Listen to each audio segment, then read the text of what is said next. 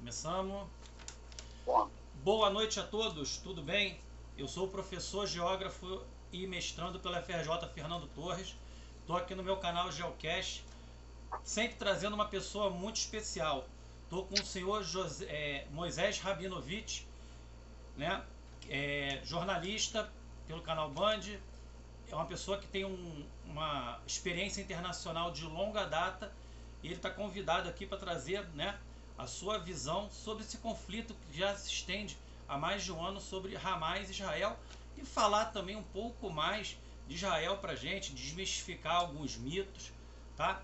Seja bem-vindo, jornalista Rabinovich. Muito obrigado pela sua contribuição no canal Geocast. boa noite para você e seus seguidores.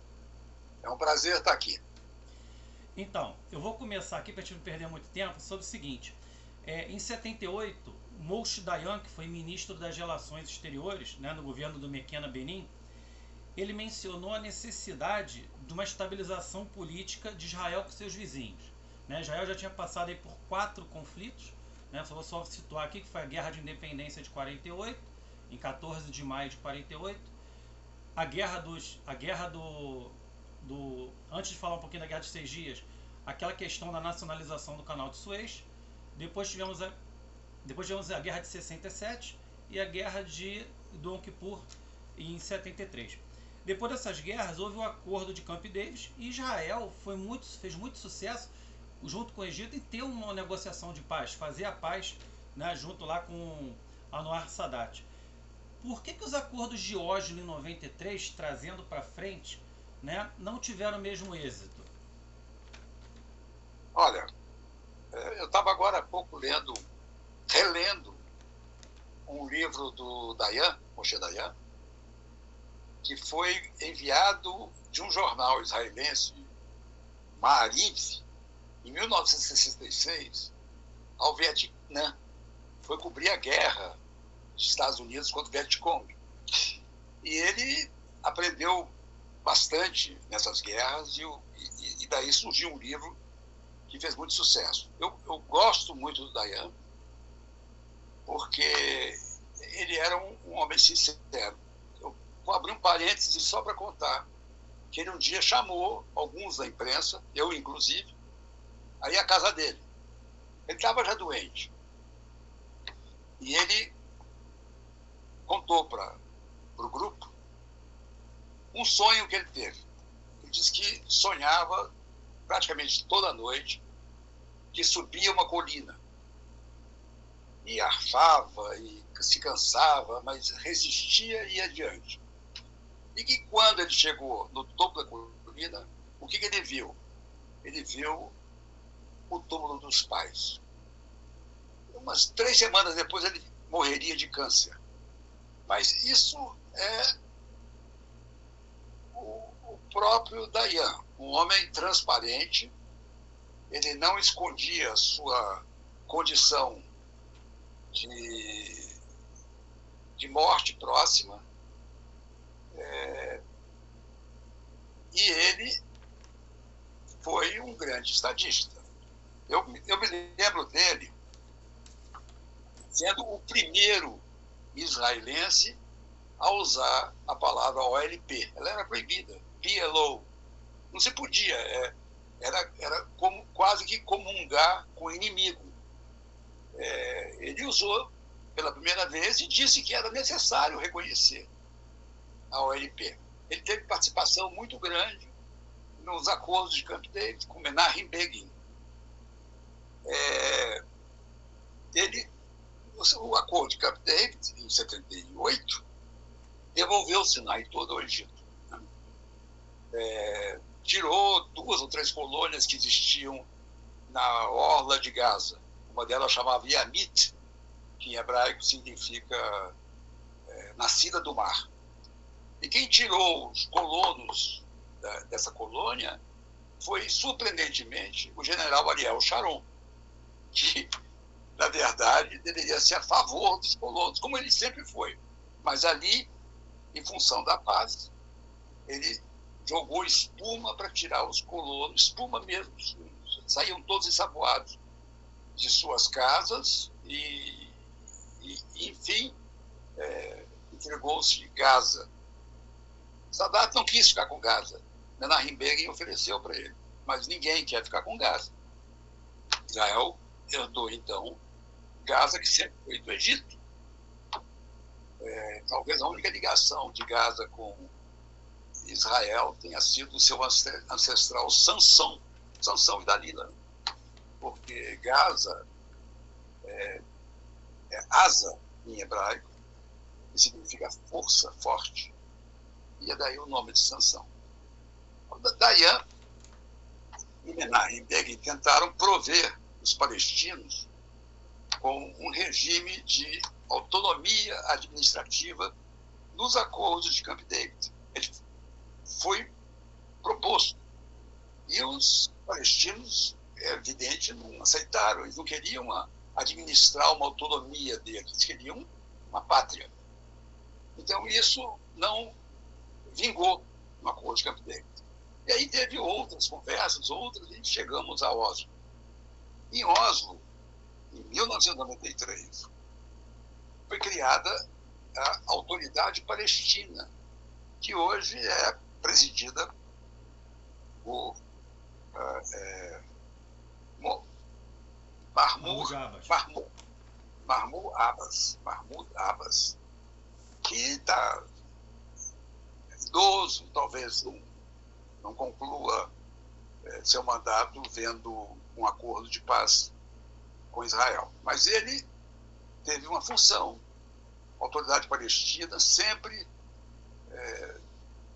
topou a solução de 2 estados, que foi defendida por muitos líderes e, ultimamente, pelo Joe Biden, e rejeitada por Israel. O acordo de Camp David, o acordo de Oslo, criou a Autoridade Palestina para governar por 5 anos. Ela está aí até hoje. Por que não deu certo? Porque o Israel, que já colonizava a Cisjordânia, aumentou, expandiu a colonização e acabou com a possibilidade de um Estado palestino viável. Como é que ia fazer um Estado no meio de colônias judaicas na Cisjordânia? Depois teve outro problema, que é o problema eterno, que se chama Jerusalém. Al-Quds, dos árabes, que é a Santa, e Jerusalém, para os judeus, que é a cidade da paz. Os 2 lados queriam a cidade, da sua capital. E isso não conseguia uma solução. O Vaticano propôs ficar ele com a cidade, porque é uma cidade santa, cidade das 3 religiões monoteístas. E propôs até um rodízio entre um governante palestino, depois um governante judeu, e fazendo um rodízio, mas, por cima de tudo, estaria o Vaticano. E por fim, teve o direito de retorno para os refugiados. Esse é um grande problema, porque os refugiados de 48, da época da independência, sempre quiseram voltar para suas casas, em Haifa, Yafo, em todos os lugares onde Israel construiu seu Estado. Então, houve uma tentativa de solução. Foi oferecido uma indenização para quem desistisse do que achava que era sua posse dentro de Israel.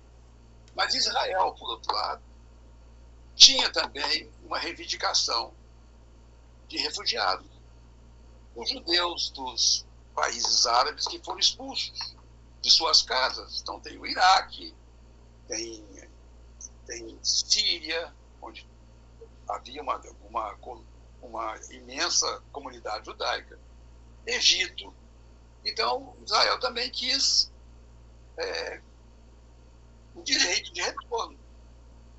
Alegou isso. Então, houve esse empate de impossibilidade, um empate esse choque de problemas. Então, os acordos de Oslo não prosperaram, não poderiam prosperar.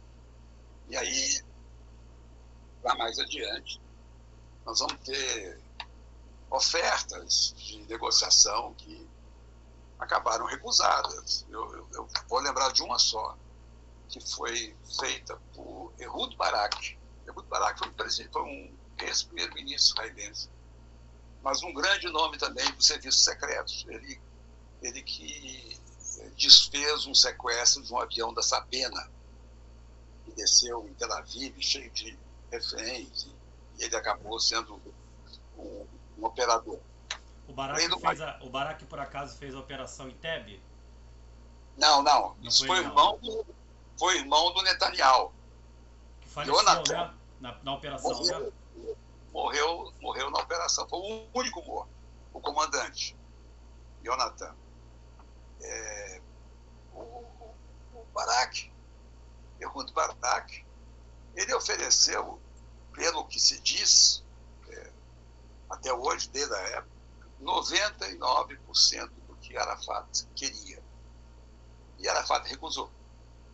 Não só recusou, como quando voltou para Gaza, onde ele estava morando, ele iniciou uma intifada.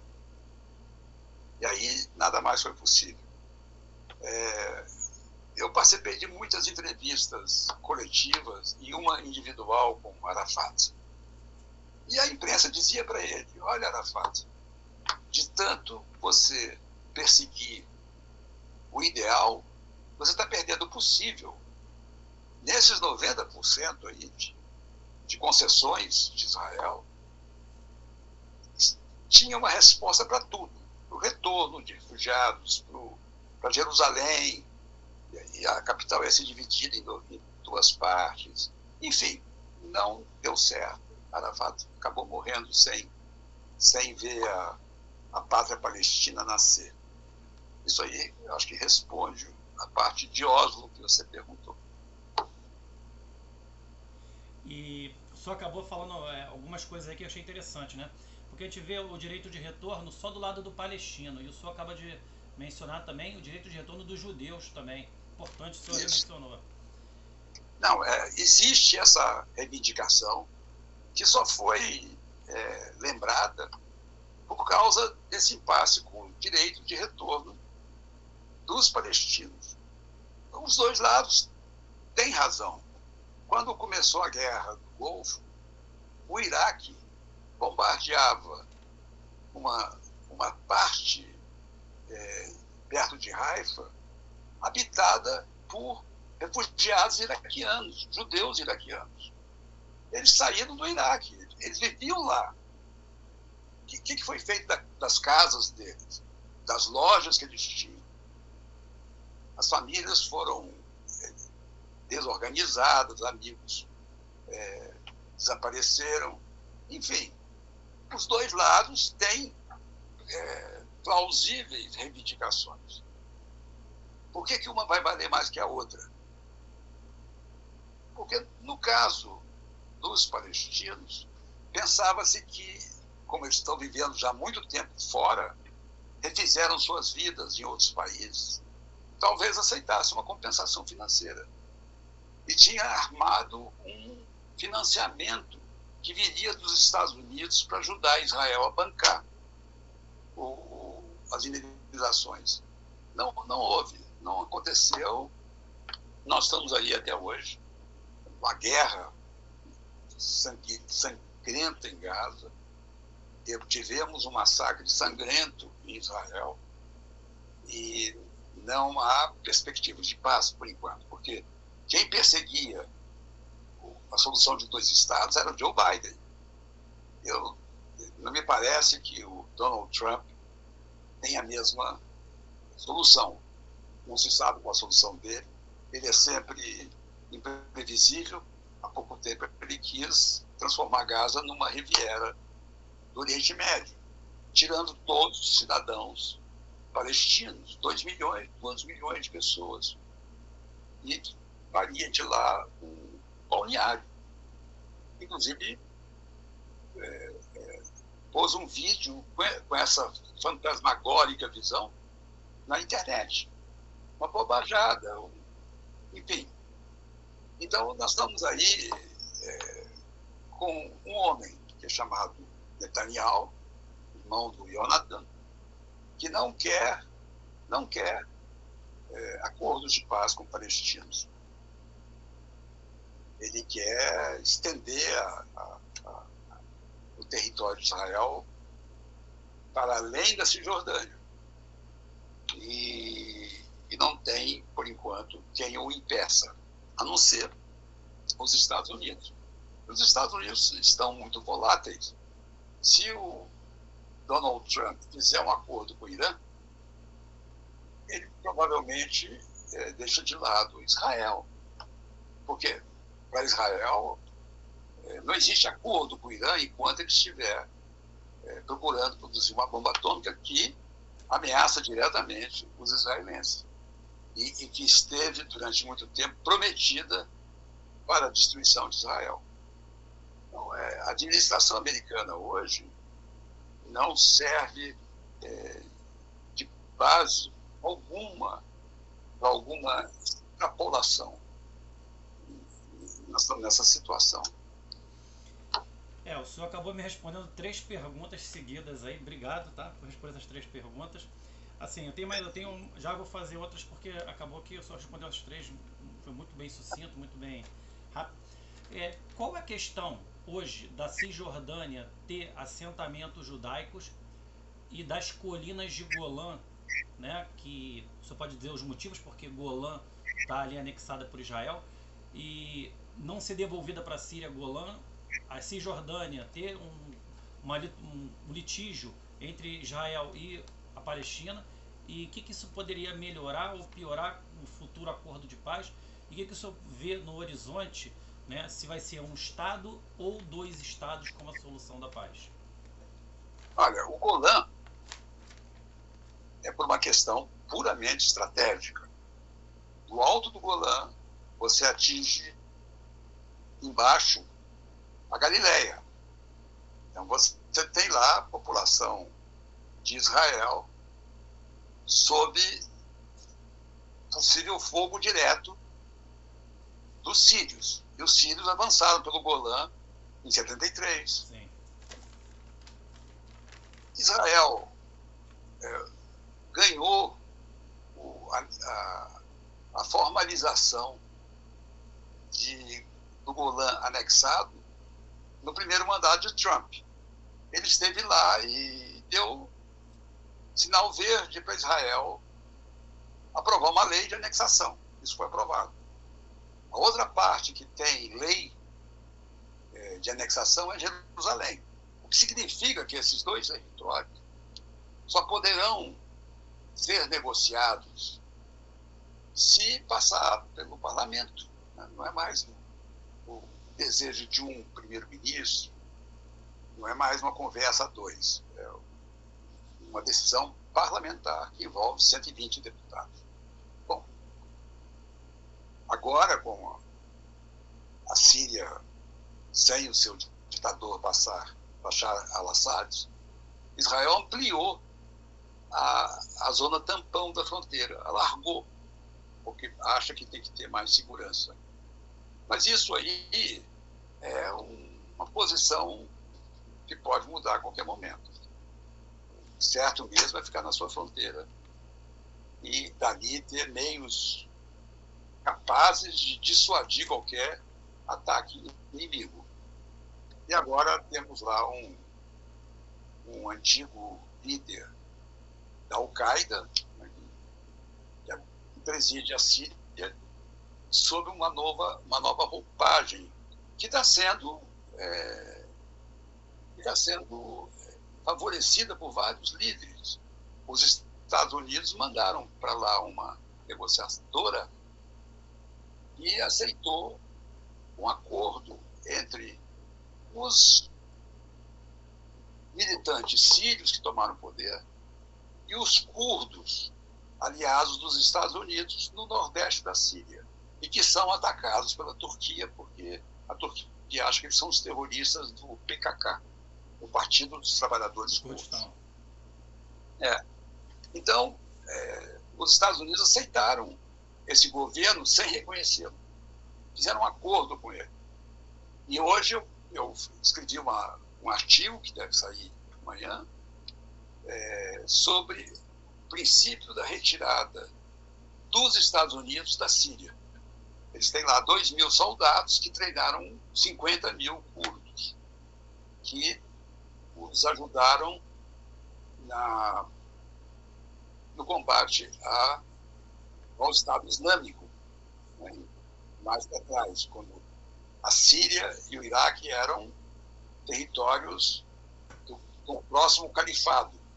Mas isso foi sendo extinto.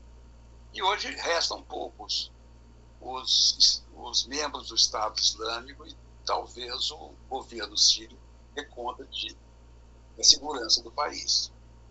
Agora, Cisjordânia é um caso mais complicado, porque os religiosos judeus, os ortodoxos, dizem que ali, na Cisjordânia, é um território que lhes foi dado por Deus e que eles não podem abrir mão. A Cisjordânia pertencia à Jordânia e não existia ali um Estado palestino, existia uma possibilidade de um Estado jordaniano. Então tinha Cisjordânia. Em inglês é West Bank, o banco, a margem ocidental do Rio Jordão. Então, é claro que os religiosos não mandam em Israel. Tem muita força, sim. Se os religiosos saem da coligação do Netanyahu, ele cai. E eles querem a guerra até o fim em Gaza, e por isso a guerra continua. Porque o Netanyahu esteve quase sem maioria no parlamento, quando decidiu fazer um acordo de cessar-fogo, agora, que acabou em 18 de março, e durou 6 semanas, 7 semanas. Quando Israel assinou o acordo de cessar-fogo, os religiosos saíram da coligação do governo. E Netanyahu bambiou. Quando ele recomeçou a guerra, os religiosos voltaram. E Israel tem um momento importante no parlamento, que é a aprovação do orçamento. Se o governo não aprova o orçamento, ele cai automaticamente. Então, com a volta dos religiosos, Netanyahu aprovou o orçamento. E está livre desse desafio agora. Mas os religiosos são um problema para Israel. Primeiro porque os jovens não servem exército. Desde 48, desde a independência, os religiosos ficam falando da guerra, criticam a guerra, mas não pegam em armas. Existe agora a oposição que fixou um projeto de alistar os religiosos. Isso vai e volta. Quando os religiosos estão quase perdendo a maioria no parlamento e o projeto pode passar, eles ameaçam derrubar o governo. Agora, também ameaçam derrubar o governo, não faz muito sentido, porque eles sabem que se o governo cair, eles jamais voltarão a um governo, porque não vai ter ninguém que os coloque numa coligação. Os religiosos acham que todo o território ali é dado por Deus. É difícil convencê-los do contrário. Mas, apesar disso, já houve projetos de trocar os territórios em que estão as colônias por outras terras dentro de Israel para os palestinos. Quer dizer, aqui nós ficamos com isso, porque já tem 500.000 habitantes, mas nós damos isso aqui, que é muito bom também, e que vocês podem fazer o que quiser. Isso existe. Existe também um projeto de cavar um túnel que partiria do Mar Morto para Gaza. Isso faria com que a Cisjordânia se comunicasse com Gaza. Mas acontece que os palestinos, de um lado, não são amigos dos palestinos do outro. Os palestinos da Cisjordânia descendem de Arafat, da Al-Fatah. Os palestinos de Gaza descendem da Irmandade Muçulmana. É outro mundo, é outra cabeça. E o Mahmoud Abbas foi expulso de Gaza depois que o Hamas ganhou eleições 9 anos atrás. Nunca mais teve outra eleição. Mas os palestinos do Mahmoud Abbas, da autoridade palestina, foram embora. Tem uma chance de voltar agora para administrar Gaza, se forem convidados. Houve um projeto para isso, mas ninguém mais falou nada porque Benjamin Netanyahu acha que a segurança de Gaza deve ficar nas mãos dos soldados israelenses. Você vê que a complicação que você vai ter lá em 78, no começo de Camp David, persiste até hoje. O impasse duradouro e parece não ter uma solução. Parece ser meio contraditório que Israel teve muito êxito externamente com o Egito, com a Jordânia, né, fazendo acordos com os países árabes, mas não teve acordo com os palestinos. Eu estou escutando o senhor e se eu estiver errado, o senhor me corrija, mas há problemas dentro de Israel que o senhor não parece, o senhor é correto em falar, o senhor não tira isso, e também há problema do lado dos palestinos também, que eles não se entendem. Sim, existem duas cabeças e você não pode fazer acordo com uma se esquecendo que a outra pode contestar.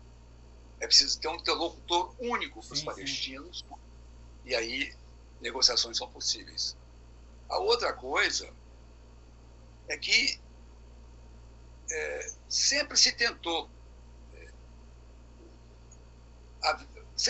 um acordo, mas de um lado o Hamas não quer. Hamas quer a destruição de Israel, não quer Israel. Na Carta Constituinte vem dito que judeus não podem ficar em terras muçulmanas. E isso é complicado, porque nós temos a Mesquita de Al-Aqsa, que é o terceiro lugar mais sagrado dos muçulmanos no mundo, depois de Meca e Medina. Foi em Jerusalém que Maomé subiu aos céus num cavalo alado. Eu conheço essa mesquita como Domo da Rocha. Sim, é o Domo da Rocha. Por quê? Porque a rocha está lá. A rocha que Maomé usou para tomar impulso para subir aos céus está lá, chama Domo da Rocha. Nessa Semana Santa, você vai ver, recapitulando, há pouquinho tempo atrás, você viu que os muçulmanos festejaram o Ramadã, né? Um mês de comemoração por Maomé ter dado ao Corão. Jejum o dia inteiro e um festivo jantar à noite. Depois disso, e até agora, tem a Páscoa judaica, chama Pessa, que comemora o quê? Comemora a saída dos judeus escravos no Egito para Israel sob a liderança de Moisés. Né?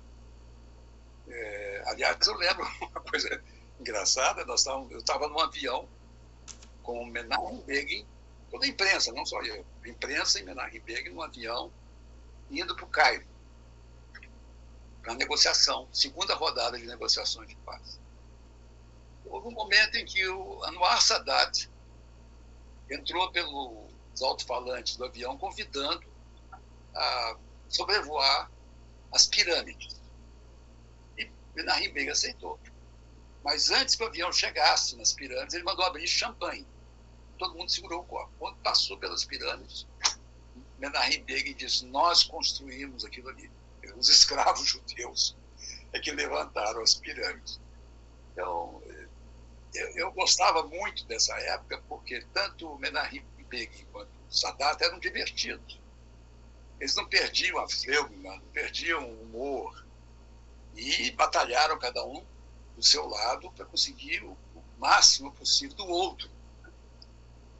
Então,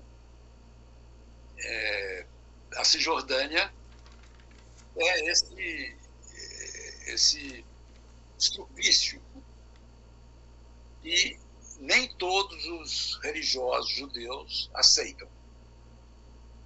Eu vi muitas vezes, e isso acontece até hoje, judeus ortodoxos indo a Arafat para pedir a ele permissão para rezar no Muro das Lamentações. Por quê? Porque para eles o Estado de Israel só vai poder existir depois que o Messias chegar. Então, se eles reconhecerem a existência do Estado de Israel, eles estão negando a vinda do Messias. Então, tem um grupo grande de religiosos que não aceita a existência de Israel, que vai à Jordânia, que vai ao Hamas, que vai a qualquer lugar para pedir permissão de chegar até o muro e fazer suas donações. Eu vi isso, eu e um outro jornalista da Folha, Clóvis Rossi, que morreu, infelizmente, e deviam chegar esses rabinos ultra-ortodoxos. E você aí tem a explicação de por que tantos evangélicos defendem Israel. Porque se Israel acabar, não tem Messias. Essa é a razão por trás de toda a defesa evangélica mundial a favor de Israel, mesmo que Israel esteja errado. Eles estão lutando para que o Messias volte ao mundo. Então, você vê, a Cisjordânia contém todo esse imbróglio. Ele é eu falei do Ramadã, falei do Pessah, e agora, na sexta-feira, vai ter a Sexta-feira Santa, com o Santo Sepulcro, com a procissão por dentro de Jerusalém Velha. E isso é o símbolo da cidade. São as 3 grandes religiões monoteístas que vivem naquele 1 quilômetro quadrado de terra cercada de muros. É impressionante. Em geografia eu falo que é a Jerusalém Velha, né? A Jerusalém histórica, a Jerusalém Velha, que é quase 2 quarteirões. Uns 2 ou 3 quarteirões. E dividido por um bairro armênio, por um bairro católico, um bairro cristão, um bairro muçulmano e um bairro judeu. E entre os cristãos tem muitas denominações diferentes. Sim, Eles têm sim. grego, ortodoxo, tem isso, aquilo. No Santo Sepulcro tem um altar para cada uma das religiões. Sim. Então, cada uma das denominações, né? O senhor falou um pouquinho, mencionou Ariel Sharon, e Ariel Sharon é uma figura meio assim controversa, né? Para os judeus ele é um herói, né? Nas guerras, ele foi um grande general das guerras, teve uma questão operacional de Sharon e Moshe Dayan muito interessante. Inclusive eu fiz até um estudo sobre eles como generais, né, nas linhas de frente. Eles foram brilhantes. Mas o Sharon, ele é visto também, né, como alguém aí que fez no governo dele, quando primeiro-ministro, limpeza étnica, né, sobre os palestinos. O que o senhor pode falar sobre isso? E se Israel é esse estado genocida como as pessoas falam hoje? Bom, eu vivi em Israel. Eu nunca vi tentativas de limpeza étnica como os palestinos da Cisjordânia e de Jerusalém. Eu nunca vi. Pode haver guerra, porque, veja bem, se Israel quisesse fazer uma limpeza étnica, ele não precisava guerrear em Gaza contra os palestinos. Ele começava lá em Jerusalém. Tem uma população enorme palestina, com identidade até israelense. Tem carteira de identidade de Israel. Então, eu fico com o meu fotógrafo. Meu fotógrafo era palestino. Eu trabalhava para o Estadão. E quando a gente estava trabalhando e passava avião supersônico seguindo para o Líbano, ele dizia para mim: olha aí, meu país vai atacar minha nação. Existe essa dualidade evidente entre os palestinos que vivem em Israel. Eles veem Israel atacando a nação deles. Mas não há uma limpeza étnica, né, no sentido de que vai para matar, matar, matar, matar. Não, não. Os palestinos vivem em Israel, tem políticos palestinos no parlamento, tem partido árabe e, e, e tem, infelizmente, governos de extrema-direita que são racistas. Né? Os palestinos acabam virando cidadãos de segunda classe. Isso é verdade. São cidadãos de segunda classe. Então, rapidinho, esse cidadão de segunda classe que o senhor menciona também é colocado com Israel, seria a próxima pergunta, sobre que Israel faz deliberadamente um regime de apartheid sobre a Palestina, sobre os palestinos. O que o senhor pode continuar aí falando pra gente? Olha, eu fui muitas vezes à África do Sul, entrevistei Mandela e conheci o apartheid. Não é nada parecido. Nos ônibus, os palestinos entram e sentam. Claro que são suspeitos, porque muitos deles explodiram enquanto viajavam. Eram pessoas que queriam uma vingança. Isso vai existir por muito tempo, porque vai ser muito difícil para um palestino de Gaza que perdeu a família toda se conciliar com um judeu que representa quem os atacou. Isso é uma ferida aberta e vai ser difícil de consertar. Agora, eu não consigo ver... olha, as feiras, os palestinos estão lá. Antigamente, antes do 7 de outubro, Israel estava estudando uma abertura maior para os palestinos que vinham trabalhar em Israel todas as manhãs. Eles hoje foram substituídos por filipinos, tailandeses, mas eles eram a maioria. Eles vinham trabalhar em Israel. Eles não eram enxotados, eles não eram aproveitados, eles trabalhavam em Israel. Agora, os drusos, que são... Eu, antes de ser correspondente, eu fui agricultor num kibbutz, Reim, que foi onde teve aquele festival de música em que muitos morreram. Eu era tratorista, eu queria aprender como plantar no deserto, e eu me voluntariei para isso, e aprendi. Então, eu dirigi um trator à noite, por causa... Era muito calor, deserto. Quem ia comigo no trator era um druso, um árabe. Por quê? Porque os drusos têm a fama de enxergar de noite. E nós estávamos a 1 quilômetro de Gaza. Então, poderiam vir os que chamavam de Merablim, que eram os terroristas. Eu vivi muito com palestinos, meu fotógrafo foi palestino. Eu fui muitas vezes a Gaza, muitas vezes em Jordânia, fui muito bem tratado e tratei eles muito bem.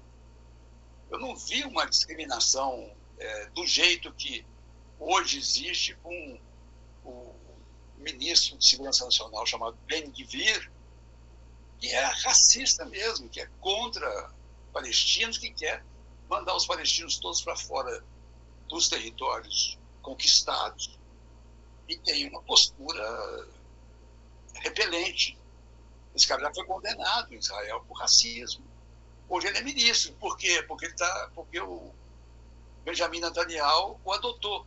E o adotou por quê? Porque ele representa um grupo que faz falta na coligação governamental. Ele tem que ter 61 votos no parlamento para se manter. E sem os religiosos, não consegue. Porque são muitos remendos, uma concha de retalhos da política de Israel. Então, são vários pequenos partidos que se unem para formar uma coligação. E os religiosos são muito importantes. Mas há religiosos que não são como os do partido Poder Judeu, que é o partido do Ben-Gvir, e há religiosos que não aceitam Israel, como os Gush Emunim, que chamam. E esse o país, como tem palestinos que não aceitam os outros do outro lado. Agora, não, com toda a transparência e honestidade, eu não vi, em meus 8 anos em Israel, uma perseguição a palestinos, a árabes. Não, nunca vi. Então, assim, o senhor fala categoricamente que o apartheid não chega, mas chega pelo menos os palestinos serem cidadãos ali de segunda classe e eles têm ali alguma dificuldade de inserção social. Isso o senhor concorda ou não? Concordo, e principalmente agora, como eu te disse, porque né, quando eu comecei em Jerusalém, havia um prefeito chamado Kolek, não me lembro o primeiro nome dele, era famoso, e eu fui entrevistá-lo e perguntei para ele, porque a Jerusalém tinha acabado de se tornar israelense, né? E como é que está essa divisão? Ele falou assim, olha, eu juntei os esgotos, então agora não tem mais separação. Então, os esgotos dos palestinos e dos israelenses viraram um cano só. E ele usou essa metáfora para mostrar, agora não tem mais divisão. Como também a moeda passou a ser uma só moeda. E está lá, você disse que foi a Jerusalém, você deve ter visto o mercado da Cidade Velha. Você notou alguma perseguição a alguém lá dentro? Não tem. Não tem a perseguição pela condição de ser palestino. Palestinos têm alguma dificuldade de acesso a bancos, a um trabalho em determinada empresa, ou não necessariamente só por causa dessa guerra agora de 7 de outubro para cá? Eles têm acesso a universidades. Tem muitos inovadores de tecnologia que trabalham dentro de Israel, são todos palestinos. Agora, eu acho que eles têm seus bancos, os bancos que têm ligações com bancos da Jordânia, do Egito, do mundo árabe, por onde eles mandam dinheiro para as famílias e recebem dinheiro das famílias. Eu vejo eles em táxis, dirigindo ônibus. Agora não mais, porque a suspeita virou uma espécie de infecção contagiosa. Todo mundo tem medo.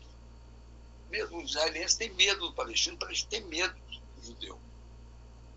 Isso, o que aconteceu no 7 de outubro, por parte dos palestinos contra os judeus, foi barbárico. E o que aconteceu depois dos judeus com os palestinos é pior ainda. Então, você vê que são dois povos com muita dificuldade de conseguir um dia ter uma paz, dividir uma terra, e não há perspectivas. Eu não vejo perspectiva. Agora, conversando com você, eu não vejo uma solução. Antigamente eu via, e muita gente via também, que era uma solução de 2 estados. Mas agora, com essa ferida aberta, não vai haver 2 estados, porque eles vão se degladiar o tempo todo, com vingança contra vingança, vingança, vingança, não vai parar. A minha opinião é essa. Sim, claro. Você falou, eu queria dizer para você o seguinte, o Sharon foi um homem que sempre excedeu, ele sempre foi além do que podia. Então, na guerra do Líbano de 82, quando Felipe Habib, que era um diplomata americano árabe, decidiu por um cessar-fogo, os aviões do Sharon não pararam de jogar bombas em Beirute. Teve que o Reagan pegar o telefone e chamar o Menachem Begin e dizer para ele assim, Shalom, e desligar. Shalom é paz, né? Depois teve o episódio Sabra e Shatila, em que palestinos foram massacrados, enquanto Israel tinha a guarda das entradas do dos campos. E quem entrou lá foram os falangistas, os maronitas, para se vingar do caminhão-bomba que matou Bashir Gemayel, que seria o presidente cristão do Líbano depois que Israel ia se retirar. Acabou ficando presidente o irmão dele, Amin Gemayel. Mas o Bashir foi morto por um caminhão cheio de bombas, deixado na porta do Katayeb, que era a porta do prédio do partido, e que dizem que foi todo preparado pelos agentes sírios, porque a Síria achava que o Líbano era a grande Síria, como aqui o ABC faz parte de São Paulo. Sim. Então era isso. Mas o Sharon também teve a coragem de se conciliar com o maior inimigo dele, que foi Arafat. Os dois acabaram conversando, os dois acabaram se encontrando. E o Sharon teve uma reação de gênio na contraofensiva da Guerra de 73, a Guerra do Yom Kippur. E foi ele cercou o terceiro exército egípcio no Sinai, de tal forma que não deixou entrar água nem comida, até que o mundo caiu em cima de Israel para abrir o cerco, e aí foi aberto. Mas ali eu vou te contar, como disse Sadat, foi feita uma paz de bravos. E como dizem os israelenses, o que vale lá é a lei do talião. Um dente por 10 dentes, como é que é a lei do talião? Olho por olho, dente por dente. 10 olhos por um olho, um dente por 10 dentes. Por uma dentadura. É a linguagem da força. Dizem que lá no Oriente Médio só se respeita esse tipo de linguagem. Meus amigos que moram lá não acham isso. Israel está se manifestando há muito tempo para acabar com essa guerra, trazer de volta os reféns. Para o senhor, houve algum erro estratégico de Israel antes do 7 de outubro? É evidente que sim, porque Israel estava muito tranquilo com relação ao Hamas, porque o Hamas estava dando sinais de que queria expandir a fronteira tranquila que subsistia então. Por 1 ano, 2 anos, o Hamas manteve-se de uma forma pacífica enquanto se preparava para atacar Israel. E quando ele atacou, Israel estava pensando em aumentar o número de palestinos de Gaza que viriam trabalhar em Israel. Tanto era a tranquilidade com que Israel olhava para Gaza. Eles estavam preocupados com o Irã, com o Hezbollah, não com Gaza. E aí houve uma falha enorme de alerta. Ninguém alertou. Algumas meninas que foram reféns trouxeram, durante alguns dias, sinais de que os palestinos estavam ensaiando alguma coisa estranha. E esses sinais não foram levados em conta, o que acarretou, então, a invasão de 7 de outubro, que revelou que os palestinos tinham noção de cada lugar que iam atacar. Eles foram nos postos de observação, mataram os soldados que estavam lá, destruíram computadores, cortaram linhas de comunicação, e então entrou uma segunda leva de palestinos para brutalizar, para massacrar. E muitos deles falavam ao telefone com as famílias: matei um, matei outro. Muitos deles foram encontrados, muitos deles mortos, tinham nos bolsos uma droga potente, que era chamada Nukba, a droga do terror, que era uma superanfetamina que dava a eles o poder de ação com super confiança, como se nada pudesse combatê-los, travá-los. Essa droga agora está disseminada em Israel. A polícia tem encontrado nos bares, em discotecas, essa droga que é perigosíssima, mata, e que foi usada por muitos do Hezbollah e pelo pessoal do Hamas. Tenha certeza que o senhor foi responsável hoje por tirar muitas das dúvidas, né, que paira sobre nós, que tá no Brasil, tá distante, então ter informações não tão próximas e muito picotadas, né, dos eventos. E por uma curiosidade minha, Nelson já destrinchou tudo que eu ia perguntar perfeitamente. Qual foi o impacto de vocês perderem o primeiro-ministro Yitzhak Rabin? Como é que foi esse impacto para Israel? Olha, primeiro foi um terrorista judeu que matou o Rabin. Foi uma catástrofe. Até hoje fala-se que Benjamin Netanyahu foi um instigador da morte, porque chamava o Rabin de tudo quanto é nome, e os religiosos ultranacionalistas, extremistas, chegaram a arrancar a marca do carro dele, que era uma coisa para fora do capô, para mostrar que eles tinham acesso, quando eles quisessem, ao Rabin. Rabin foi morto cantando uma canção de paz numa praça de Tel Aviv. Eu cheguei lá para o enterro dele, eu já tinha sido transferido para Washington.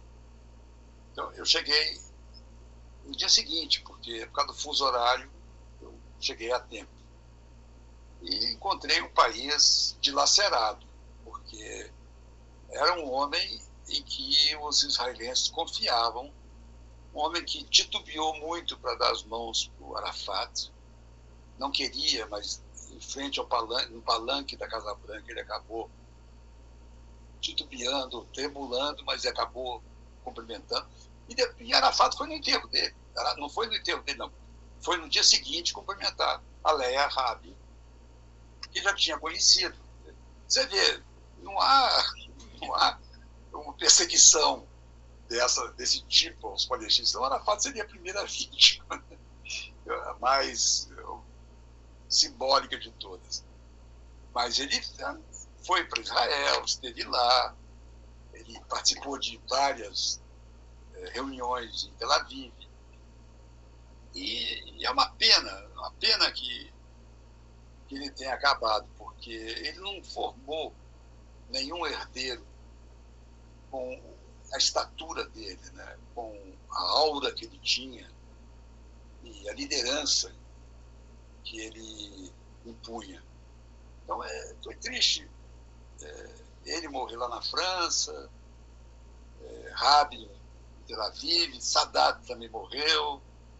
Então, essa turma que foi decisiva numa época, que soube reavaliar-se. Imagina, Sharon perseguia Arafat nos prédios onde ele dormia em Beirute. Toda noite ele mudava de prédio. Todo dia ao amanhecer, Sharon destruía o prédio que ele teria dormido. Então, era uma coisa bastante clara: vou matar esse homem. E depois os dois se abraçam. É possível uma reconciliação nesse nível, líderes políticos e também guerreiros, a paz dos bravos, mas no nível de famílias que perderam seus entes queridos, seja de um lado, seja do outro. Vou fazer uma colocação bem breve para o senhor, que o nosso tempo está acabando. O senhor fala muito de paz, que é possível, Isso me lembra um pouquinho do acordo Faisal-Weizmann, onde a Palestina vivia muito bem. Pois é, mas aí o Faisal foi morto, né? Sim, sim. Morreu nas escadarias. Não, não foi ele que morreu nas escadarias. Quem morreu nas escadarias foi o pai do rei Hussein.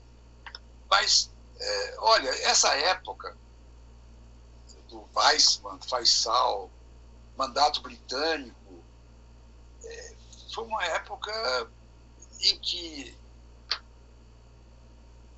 quem decidia era, numa época, era o mandato turco, né? E no outro era o mandato britânico. E ele que dividiu a Cisjordânia, a Jordânia, criou o Iraque e por aí afora. Eu estive em Ruanda. Ruanda é uma herança da Bélgica. Ela foi feitas as fronteiras que colocaram dois inimigos juntos, Hutus e Tutsis, que acabou no massacre. Então, muitas dessas fronteiras, desses estados novos, foram criados aleatoriamente. Não existia Palestina. A Palestina surgiu em 1964. Palestina, o nome certo era Palestina, mas Palestina são os filisteus. É a terra dos filisteus. Então, olha, eu vou te contar. Uma vez eu fui à casa do prefeito de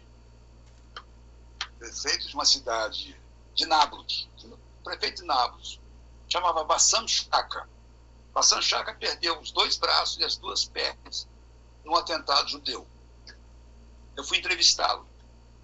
No final da entrevista, ele falou assim: empurra a minha cadeira até o quintal, quero te mostrar uma coisa. Aí fomos nós. Chegou lá e falou assim: ó, aqui está enterrado meu pai, meu avô, meu bisavô, meu tetravô. E foi apontando a descendência dele toda, a ascendência dele toda. Eu saí de lá tocado.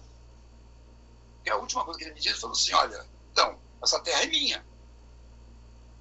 Eu saí de lá e acabei em frente ao quartel da ocupação israelense. Eu entrei lá e perguntei ao porta-voz: senhora, Bassam Shaka me mostrou todos os seus entes queridos enterrados no quintal da casa dele. A terra é dele. O cara apontou para Hebron e disse: Abrão está enterrado ali. Então, não tem jeito. Não tem jeito. Abrão é o pai de judeus e de árabes. A descendência, Ibrahim descendeu dele. E a descendência judaica também. Nós somos primos. Judeus e palestinos são primos. E não se entendem. Então, essa é a grande infelicidade que eu sinto, porque aquela terra é muito promissora. Se árabes e judeus se reunissem, eles seriam donos do mundo, porque sabem comerciar, tem prêmios Nobéis, tem muita coisa para dar. No Líbano eu escutei um provérbio que eu digo, já que nós estamos acabando aí, que era o seguinte: jogue um libanês no mar e ele volta com 2 peixes na boca. Esse o libanês é um empreendedor, ele faz do nada tudo. Os judeus também. Os judeus floresceram no deserto, criaram um país que é o startup do mundo, mas regridem com essa violência e essa guerra, que são a tônica, infelizmente, do Oriente Médio. Eu vou encerrar por aqui, né?